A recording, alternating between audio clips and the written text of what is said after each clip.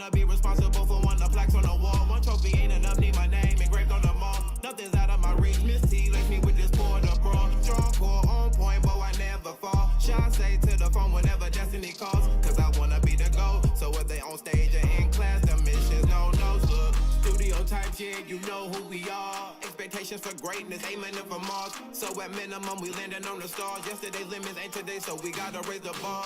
Studiotypes, yeah, you know who we are. Expectations for greatness, aiming up for Mars. So at minimum, we landed on the stars. Yesterday's limits ain't today, so we gotta raise the bar. Being premium's a dream, work the hamstring. Solo at national, my team can trust me. Every day trying to level up the repertoire. So every class, Studiotypes gotta raise the bar. Being premium's the dream, work the hamstring.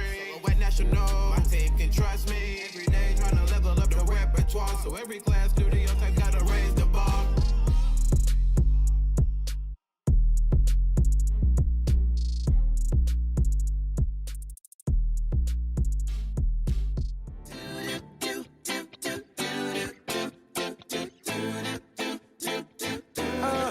Let's go to the beach, let's go get away. They say what they gonna say. Have a drink, clink, found a buzz light. Half fishes like me, it's hard to come by. It's snow, strutting in the sand. Hi ho, ho, Ferris in the land. We are 777. We are in Petite Company, and we are ready for competition. Hands up and touch the sky. Can't stop, cause we're so high. Let's do this one more time. I came to win, carpets to fly, to conquer, to rise. I came to win, to fly, to conquer. We're higher than my anaconda don't. What? My anaconda don't. Ew. My anaconda don't want none unless you got buns, hun. What excites me about competition is that after like a couple of dances and when we have a break after, we get to go somewhere like in Celebrity in February. We went to Jenny's Ice Cream and sat by the fireplace and just talked until dance down. I just like dancing on stage and showing the audience that this is exciting to watch. It's not boring. We have a lot of energy. Bobbin, Boo Cindy ain't gonna be up in here sweeping. What I like about competition is to get to show all the other companies like how good we are and how competitive we are. My favorite dance was Nicki Minaj. Nicki Minaj was my favorite dance because like it expresses me because I'm like really sassy.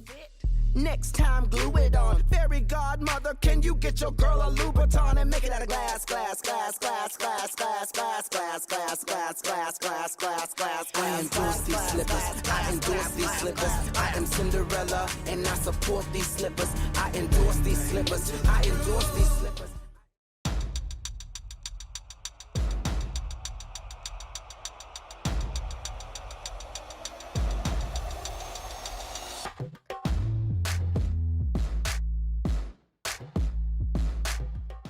My dancer is a 777 dancer. She is amazing. She's been dancing since she was 2.5, and since we've been with 777, which has been since she's 3, I've seen so much progression with her dancing style and her commitment to dance, and we just love coming back to 777 every year.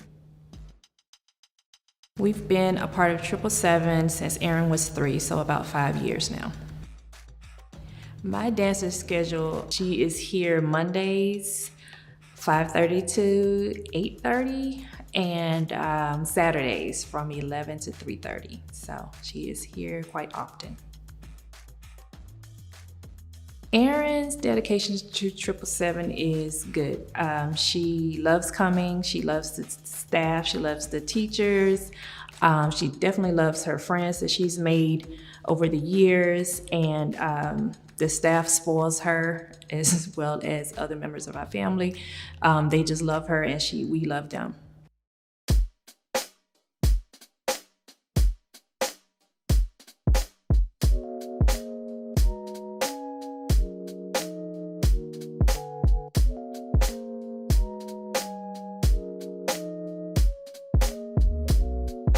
I'm going to Topgolf was fun. That food was good. I got a junior burger and grapes.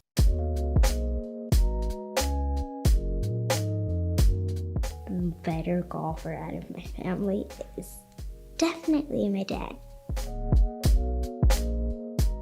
I rank number 5. I'm horrible at golfing.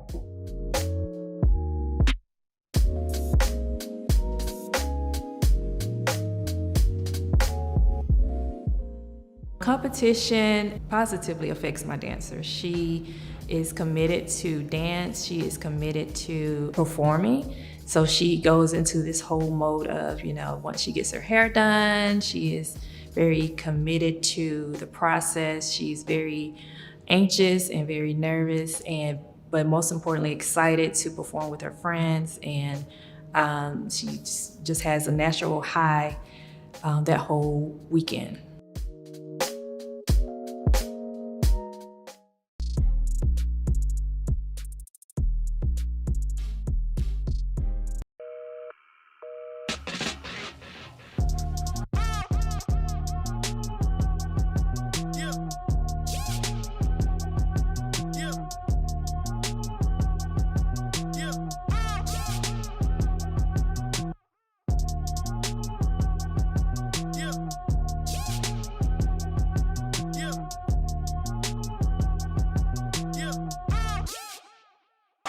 I like to support him during the games because he feels happy inside when I do that, and he shoots the balls a lot faster. In the backyard, we have a basketball court.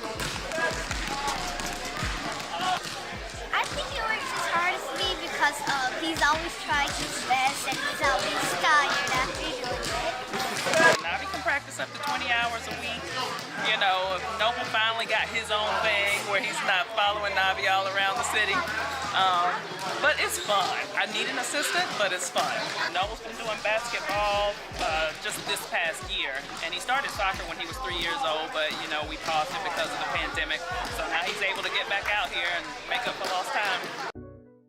My 3 children are Navi Watts, Noble Watts, and baby girl is Nile Watts, and then my husband is Mike.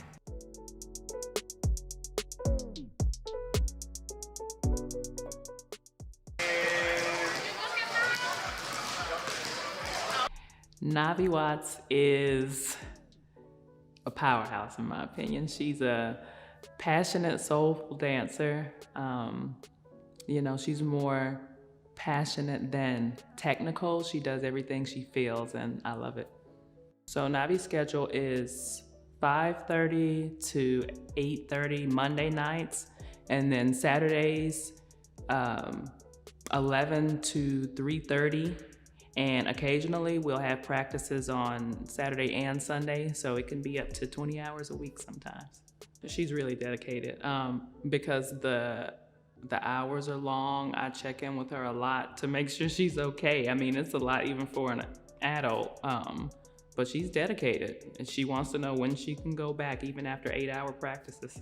So a lot has to be planned around 777 because I have to make sure my son gets his time with basketball and taking care of the baby. So a lot revolves around 777. I'd say everything leading up to competition is the worst. And once you're there, it's like, it is what it is. So getting everything ready, don't come to my house when we're about to get ready for competition. It's a mess. But once we get there, Navi's ready to let everything go on the stage, and yeah, we enjoy it. We enjoy watching all the dancers. Y'all went crazy. Y'all went crazy.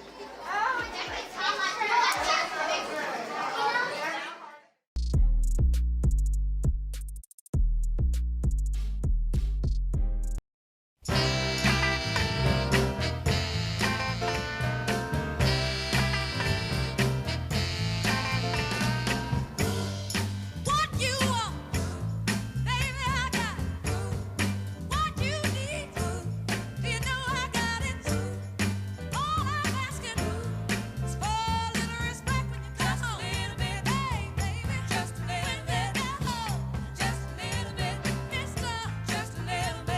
Competition life, you have your preparation stages. If you have a dancer in competition, your dancer stresses you out like you are part of competition. But there's a lot of work goes into it. They start very early, learning choreography, practicing, having extra rehearsals, and then just going to competition. It's a full day. Sometimes we have to be there at 7 a.m. and we may not leave till 12 midnight and have to return again back to the next day at 7 a.m. So it's very busy. It's very fun. I think the team enjoys one another. A lot of laughing, a lot of crying, a lot of arguing, a lot of getting fussed at, but it's all worth it. I think the kids really enjoy themselves in that competition mode. It's hard work. It's a lot of hard work. It's a lot of conditioning. It's a lot of preparation, but overall, it's a great experience. It was very intense because during COVID, we're still in it, we have block scheduling, which means that we did all of our dances in a shorter period of time, and then we were able to go home or come back to the studio and watch awards. But now we're back to a full day of competition where we see all of the studios, everybody, hundreds of people at one time. So it's a little bit more intense. It's a little bit more tiring because you don't realize like your body's not used to it anymore. I prepare for competition first collecting that money. There are fees that have to be paid. This doesn't happen. It's not for free. There's a lot of things that go into it, and so we have to make sure that the money is paid, because if the money is not paid, we can't compete. So a lot of things that I do is making sure those invoices are being sent out, making sure they are paid on time, making sure everybody's date of birth is correct, the name spelling is correct, because when we go to competition, those things play a part. If their date of birth is wrong, we can be disqualified. It's a lot of things that go into it as far as preparing costumes, ordering props, and getting things packed up, making sure we have a checklist, so we won't leave props behind, because we have had that happen before, that props are left behind, but we make do. So there's a lot of things that goes into play with preparing for competition. Get on the stage, do your dance, get off the stage, change your costume, and get right back on the stage for your next number. And with that, you still need to look good. Everyone needs to be as in sync as possible. Training, a lot of paying attention in class, a lot of going to class, knowing what we can improve on from the last competition. I need you to go 110 all day long, yes? Which means your facials have to be big the whole entire time. There should never be a time when you're on stage and you're not going with your facials, yes? We understand? Yes. Stop looking lost, yes? Stop looking down. Stop looking down. Y'all have to look up. Y'all have to bring them in. Perform, yes? Have fun though, but perform, yes? The goal is to do better than the last time, yes? Yeah. All right, go inside. You guys should be coming up soon.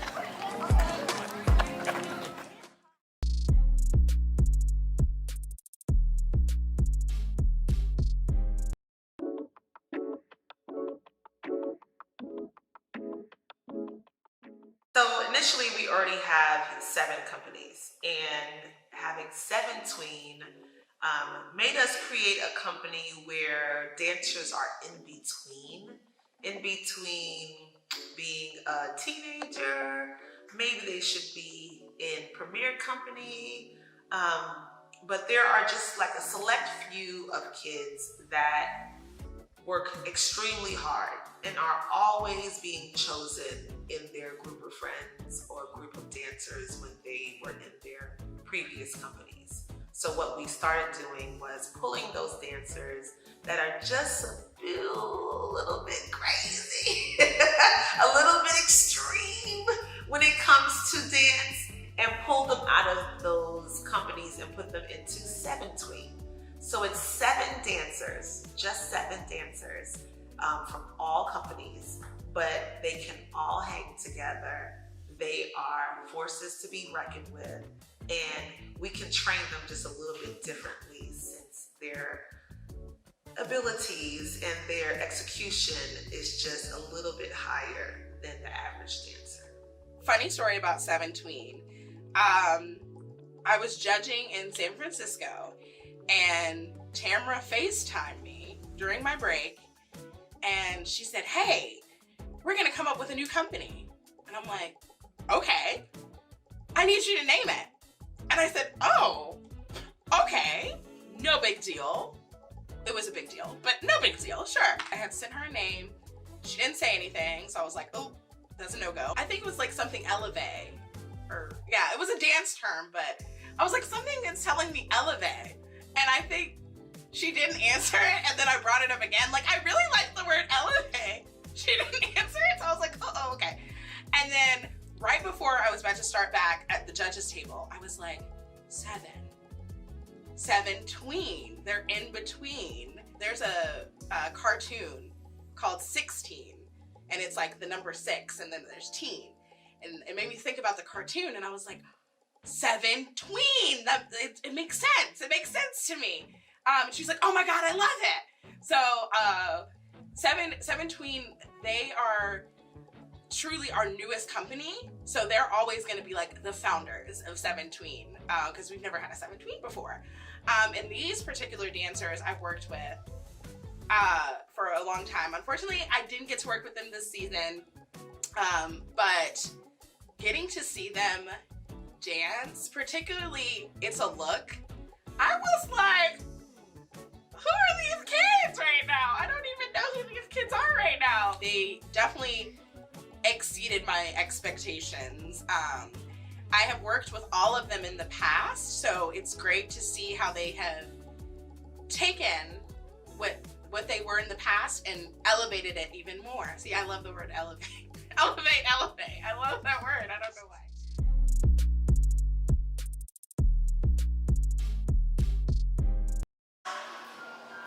And take a releve.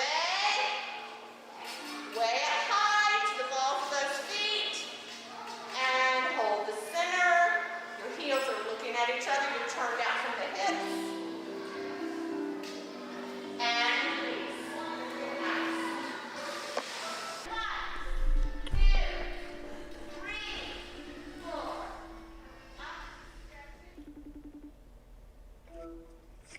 Hey, you on your way to the studio? No, girl, don't you see me moving my stuff? You need to be on your way to this here. You need to be on your way to the studio. Zia has lost her mind. What happened? Look, they in they 7 tween class with Taylor, and she telling Taylor what she is and what she ain't gonna do, and Taylor ain't a good teacher, and she can't tell her nothing because she know everything. We don't pull her out. She has lost her mind. She is running around here screaming and hollering. I'm trying to tell her to shut up, calm down. Let's work it out. Zia has lost her mind. She gonna have to go. You need to get up here because it's gonna get ugly. I'm on my way. She literally told Taylor that she can't teach her nothing. So she. I mean, Taylor's only a platinum-winning dancer, Mr. and Mrs. Everything in every competition she's ever been to. So I would think that she can learn something from Taylor. Well, apparently not, because she knows everything. And so I know Tamil tried to talk to several times. I told her to go back there. You need to go back there. Ask Taylor, can she step out, apologize. She refuses to apologize. She refuses to apologize to her other company members because she telling them to shut up, get out her face, don't talk to her. Like, so she has lost. You need to get here. I called her mom and told her mom she needs to come on up here too because she's gonna have to do something. Something got to change. Something got to be different. So you got to go because we can't do this. Okay. So I need you to get here like. I should be there the same time that Pia arrives. All right. I hope to see you. All right. Bye, girl. Zia. What is going on, girl? I want to know what's going on with Zia. What's going on with you?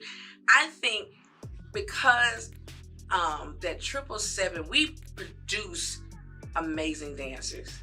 I think we produce amazing dancers, and everybody wants to be great. Everybody wants to be told that they are great, but at the same time, we all have to know and understand that there's always room to grow. And I think with our little sweet Zia Zia academically is phenomenal. She loves school. She does well in school. And you know, when you're in the school system, you know, public school, they're gonna give you your accolades. They're gonna tell you how great you are, how this, you know, as long as you're making all A's, you're just great. You're a great student. But in dance, it's different because there's always room to grow. And I think with Zia, the moment that somebody gives her a critique or constructive criticism because she's not used to getting that from school, she thinks it's I guess degrading her or putting her down and she's not enough. And sometimes I think she just get all emotional and get all over the place and just loses it. But Zia's a great kid. She's a sweet girl. She just, you know, having her bumps in the road. It's a part of life. She's still young, so she's gonna grow out of it. Hopefully, Zia, you're gonna grow out of it. But we still love you, girl. We just know sometimes we all go through some rough patches and we are all here to support her. So the incident with Rosie and Zia, I believe that the two of them are two headstrong young ladies. And Rosie is 20 and Zia is 12 or 13. So the age difference is not great. Whereas Zia probably sees her as a sister and not as an authority figure or as a teacher.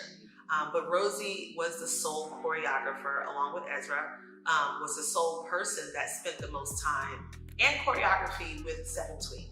So they were essentially her babies. And Zia just felt like she could just mouth off at her sister and tell her what she really feels. That was a point of disrespect. And I can understand Taylor's point of view, you know, I feel disrespected.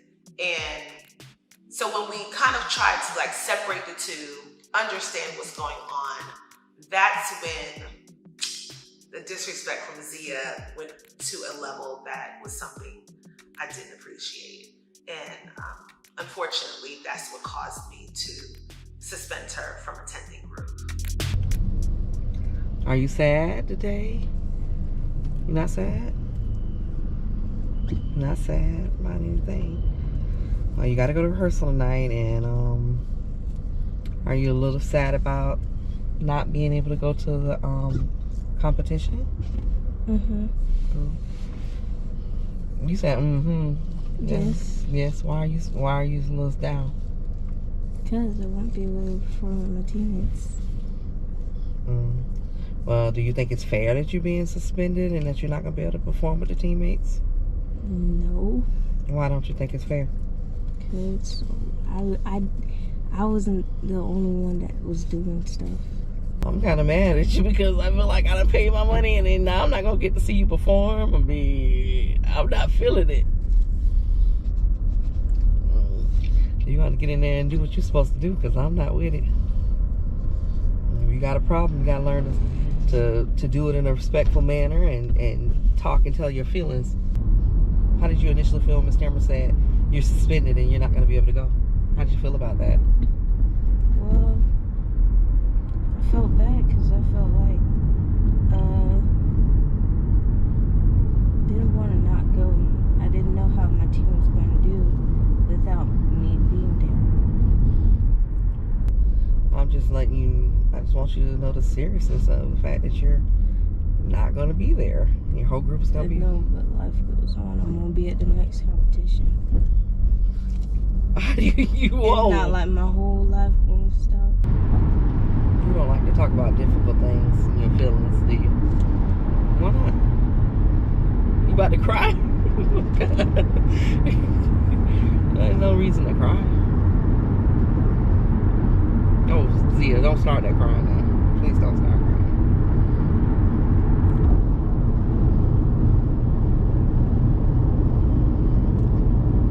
Oh, stop. Are you really crying? Oh my God. Wipe your face. Stop crying. So it really made you feel bad. Girl, I just heard Miss Hammer yell at Zia that she's not gonna be at Groove. What'd she do? She was being rude to Taylor. So we not gonna do our dances? We don't know. We have to like redo like almost everything because she's on like every single dance. Every single part. Yes. Like all the lifts and everything. She's like the main lifter. Yeah, how we gonna do lifts and stuff, we gotta restage our whole lifts and stuff. Yeah, we might even have to change some because like. Well, that's hard. That's a lot of work to restage everything. Every lift. And positions and spots. No, cause, bro, that's gonna be so hard. Yep. The week was stressful in itself, because the suspension happened with me and all the dancers were in the room. So it wasn't a thing that we didn't know was coming. We knew something was gonna happen. We just didn't know how extreme it was gonna be. We didn't know if it was gonna be one competition or if it was gonna be the rest of the season. So it was just kind of okay, well, we were all kind of prepared for it. The kids were prepared. I was prepared. We knew it was gonna come of it after how extreme everything went. So yeah.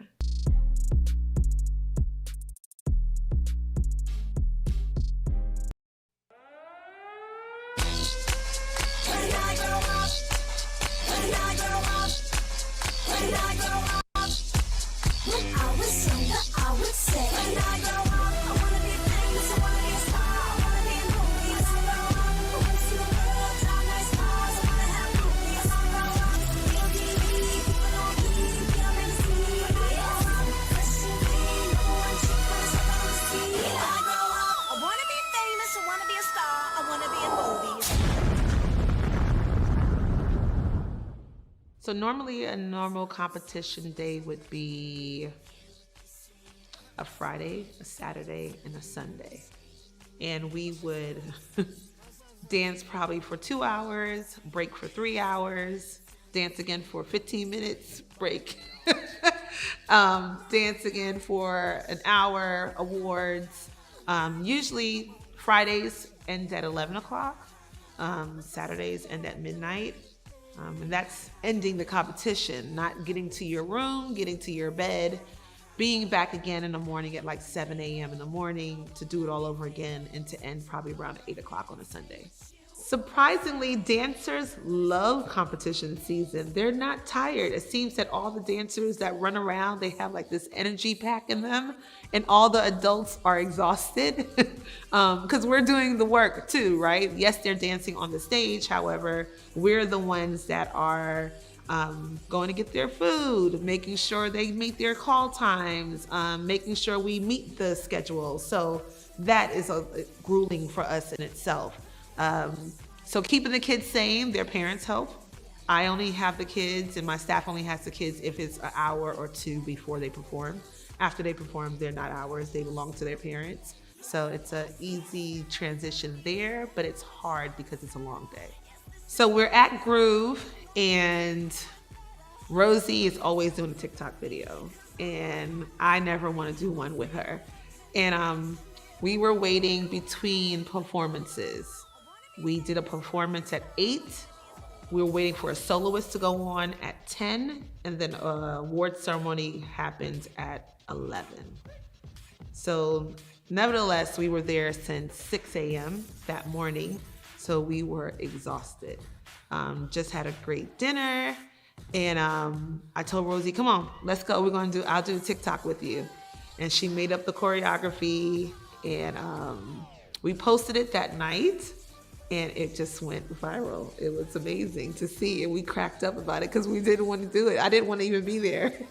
But we did it. And my kids got to see me, do some top rocking. And they were pretty excited about seeing me dance because normally I don't dance and post it. So it was fun.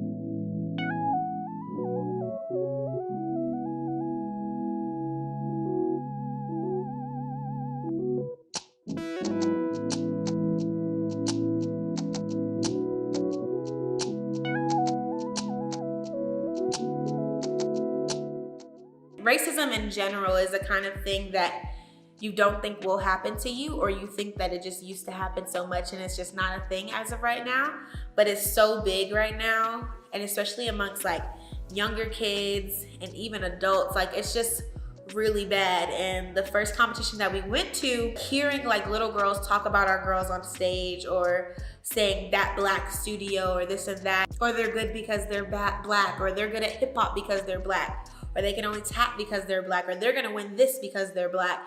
And it's just like, why can't we just forget about that? Why does everything have to be so black and white?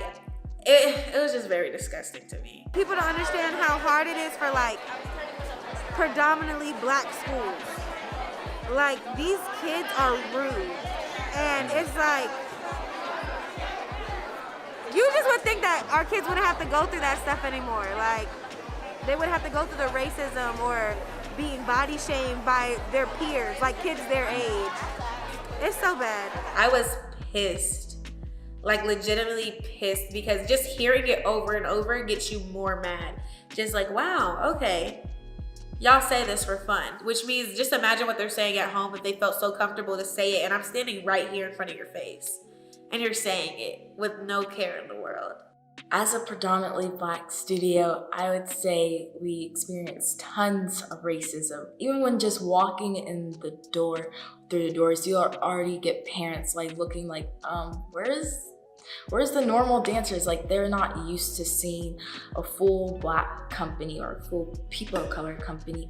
And the racism we experience is kind of like very unnecessary. A lot of like little micromanagement things that go on. It's just from like what dances we do. They make sure they watch intently to see if we mess up or if we have technique or what we can do. And it's just really weird. At competition, the predominantly white dance studios are like, they will expect us to do mostly just hip hop dances or probably like jazz. But when they see us do like tap and modern and contemporary and lyrical dances, then they're like shocked that we're actually good at those type of categories and type of choreography styles. They'll have like a little pretty face on when they see that we actually beat them with our good dances, but I feel over the years they've like come to recognize that we're actually not just a hip hop company, that we can actually do more than just hip hop dancing. They think that we don't know anything. They think that we're coming to do hip hop, we're coming to not do what we're coming to do. And then when we do come to do what we do, which is kill it, is the side eyes. And I have a little bit of a different view of it, coming from being a competition dancer myself, how people just don't think that black girls can be or are technically trained. They know we can do the bucking, they know that we can do hip hop, they know that we can do all of those things, but to see that we are technically trained and we can do what they can do just as well and better, and that we are winning, it's just, it really gets the people going. How does it feel when you see other dancers that look like 777 dancers? It feels good to know that like we're not the only ones that's like competing in our ethnicity. It's always fun to watch somebody else that looks just like you dance and like see what they have. We were met with racism from other studios. And I wouldn't even say just the studios, I would say more so their parents or their friends of the family that didn't really understand what competition is, that gave us, the looks and the what are they doing here kind of thing in 2022.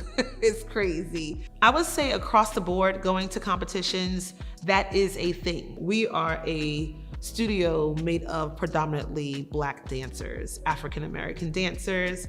We have people from other races and creeds that participate with us. But the first thing that we see or people see when they see us is that there's a lot of chocolate faces. I like to call it chocolate faces instead of Black. So They think that we're going to come into the studio or come into the competition and do hip hop. And then our dancers will hit the stage and do a tap number. Then they'll turn around again and then do a lyrical number and do it with so much grace and so much talent and technique that it kind of makes other people revert to their old ways or defense mechanisms. And it's our job as 777 Dance Studio, as their parents, as their guardians, to teach them how to deal with this kind of racism when you go into public forums. And we're going to hear it. Not everyone's going to love you, but they're going to respect you, and you're going to get that trophy. And that is our focus when we're out at competition. Sweet in the morning, oh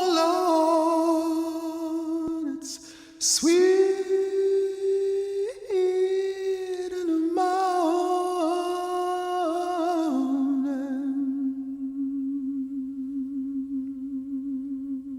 Sweet in the morning, sweet in the morning, sweet in the morning. Sweet in the morning, sweet in the morning, sweet in the morning, sweet in the morning, sweet in the morning, sweet in the morning, sweet in the morning, sweet in the morning, sweet in the morning, sweet in the morning, sweet in the morning, sweet in the morning, sweet in the morning. Sweet in the morning, sweet in the morning,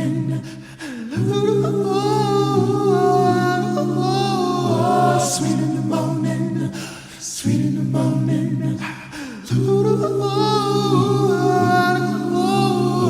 sweet in the morning, sweet in the morning, sweet in the morning, sweet in the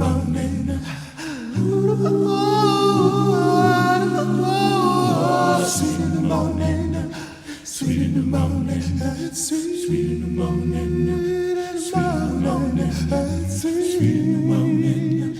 sweet in the morning, sweet in the morning, sweet in the morning, sweet in the morning, sweet in the morning, sweet in the morning.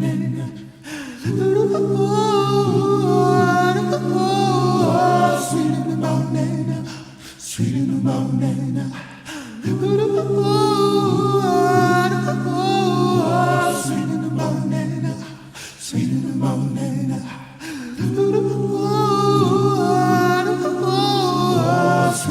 morning, sweet in the morning, sweet in the morning, sweet in the morning, sweet in the morning, sweet in the morning, sweet in the morning, sweet in the morning, sweet in the morning, sweet in the morning.